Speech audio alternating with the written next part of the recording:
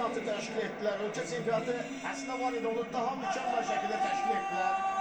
Efirdə yayımlanmağa başladı. İdman TV də mini futbolun ölkədə populyarlaşmasında müstəsna xidmət göstərən, belə deyək, vasitələrdən biri də İdman TV vasitəsilə də oyunlar canlı olaraq yayımlanırdı.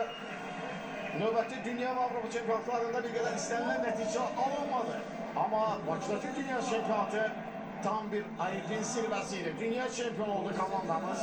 Daha bir tarixi uğur kazandı. Yine de komanda rəhbərlik bu zəfərlə də kifayətlənmədilər. Bəzən olur, idmançı zəfər qazanır, amma ondan sonra bir qədər qələbənin verdiyi o artıq rahatlıq olur, amma bunu biz komandamızda görmədik. Avropa çempionatına daha iddialı hazırlaşdılar.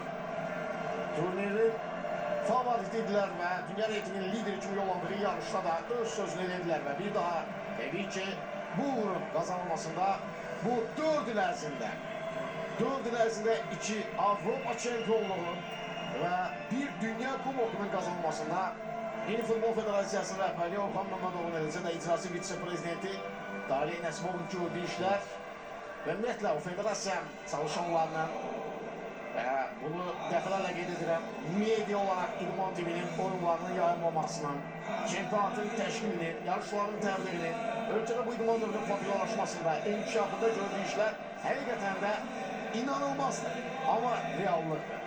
Bunu dəfələrlə təkrar edir, inanılmazdır, amma reallıqdır. 4 il ərzində 2 Avropa çempionluğu və bir dünya kuboku. Və bunun da nəticəsidir ki, hal-hazırda hər bir Azərbaycanlı İdman TV qarşısında eləcə də Tipo Sport Arenada olan azarkeşlər qürurla komandamızın sinəsində ay ulduz daşıyan o formanı təmsil edən futbolçularımızın qızıl medal qazanmasına, zəfərinə şahid edib, üzlər gülür və o ən yüksək zirvədə, fərqli küsünün ən yüksək zirvəsində məhz Azərbaycan idmançıları dayanır.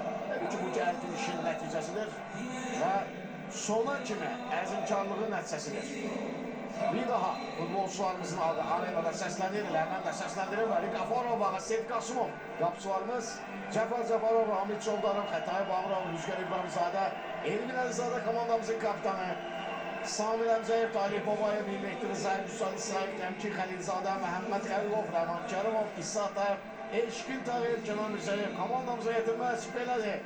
Baş məqsəd Elşad Quliyev, 2 qat Avropa və dünya çempionu, komandamızın uğurlarının əsas mimarı, köməkçilər Seymur Məmmədov, Sərxan Məsliyev, qapıçılarda işləyən məhkçi Ramil Həsənzadə, komandanın meneceri Neymət Babayev, komandanın həkimləri və onları hazırlayan Cəlal Əliyev və Fuad Səfərov, bütün kollektiv olaraq bu uğurda əsas pay sahibidirlər. Yəni, komandanın hər bir işçisi və ən həlledici məqam kapitan Elmin Əlizadə o kuboku, Avropa kubokunu başı üzərində qaldıracaq və bu möhtəşəm Avropa çempionatı komandamız üçün zəfərlə yekunlaşacaq. Komandamızın rəhbər heyəti oradadır. Orxan Məmmədov, Daliy Nəsimov başda olmaqla və indi əsas məsələ fəxri mükafat komandamızın kapitanı Elmin Əlizadəyə veriləcək və başı üzərində qaldıracaq bu kuboku. Elmin Əlizadə komandamızın kapitanı. Bəli, komandamız 2 qat Avropa çempionudur. Komandamız Avropanın zirvəsini də fəth etdi. Komandamız 4 il ərzində inanılmaz uğurlar qazanır. Və məncə